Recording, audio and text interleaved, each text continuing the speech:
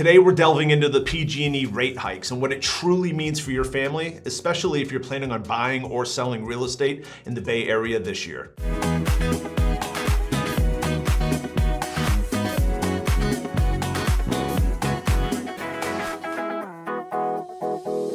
My name is Brooks Landry, and I've helped over 400 buyers, sellers, and investors buy real estate right here in the San Francisco East Bay for almost 15 years now. I have a knack for finding off-market properties, and I love the marketing and home prep process of every home that we sell. But today I'm helping you navigate the nuances of home ownership, specifically the rate hikes from PG&E and how it could affect you and your property's value. This video isn't just about understanding your utility bill. It's about grasping how these changes can affect your home's value, the cost of living, and your investment in the real estate market. PG&E's rate increases, they're not just numbers on a bill. They're game changers in how you make your decision on real estate. I've seen unexpected bills change the debt-to-income ratios on clients so far out of whack that it completely disqualified them from buying a home in the first place. As a homeowner or a potential buyer, these changes could not only influence your budgeting, they could affect your home's value or even your location that you're looking to move into. God, wouldn't it suck to have to pick a different area because the PG&E bill or utility bills rose so high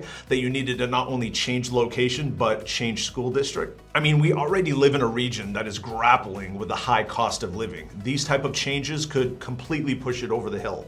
Let's get into it. Fact number one. Now imagine your utility bill, which used to be a manageable expense, is now ballooning over $300 a month. That's a historic high for PG&E customers. Fact number two, that these rate hikes aren't just about recovering costs. They're simply a result of the long history of wildfires and much needed systematic upgrades. But at what cost to average Joe? Fact number three. Did you know that the rate at which our utility bills are increasing is actually 8 times faster than average goods in the Bay Area?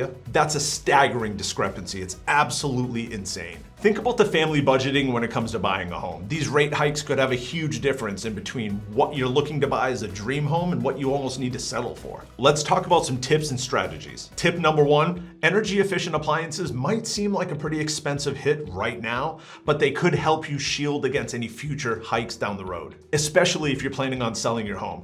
Investing into energy efficient appliances can help build value and make it a little easier to sell. Tip number two, have you considered solar panels? They're not just for the environmentally conscious anymore. They are a financial safeguard. However, if you're going to do that, I'd recommend buying the solar panels versus leasing them. It can sometimes be tougher to transfer a leased solar panel loan into the new home buyer. Strategy number one. Becoming energy smart isn't just good for your planet, it's crucial to your wallet. We should talk about the resources that I have in the solar panel industry and see if any of their services make sense for you and your family. Knowledge is power, but literally in this case. Keep an eye out for rebates and any other programs that may be able to make it a little cheaper on you and your wallet. Whether you're buying, selling, or renovating, understanding and managing utility costs is key. So when you're ready, let's sit down, let's chat about the best route for you. Before I go, let's go over some questions and answers. The first question is, how will these hikes affect the Bay Area real estate market? Higher utility costs could influence buyer decisions, which tends to shift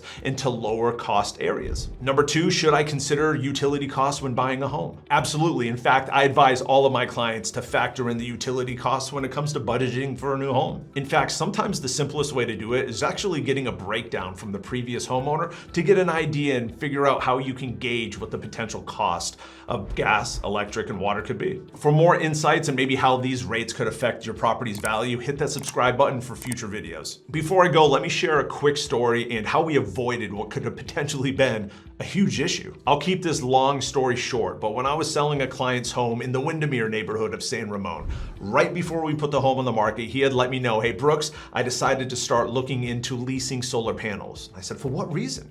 Why would you do that? You're moving out. And by the way, let's not lease, let's buy. There wasn't any money in the budget to buy. The reason I had advised him to immediately cancel, the Solar City was coming out within the next couple days, is mainly because it's tough to gauge on whether or not a new buyer, first off, wants solar panels, secondly, wants to take on a lease that you had recently just put on the property.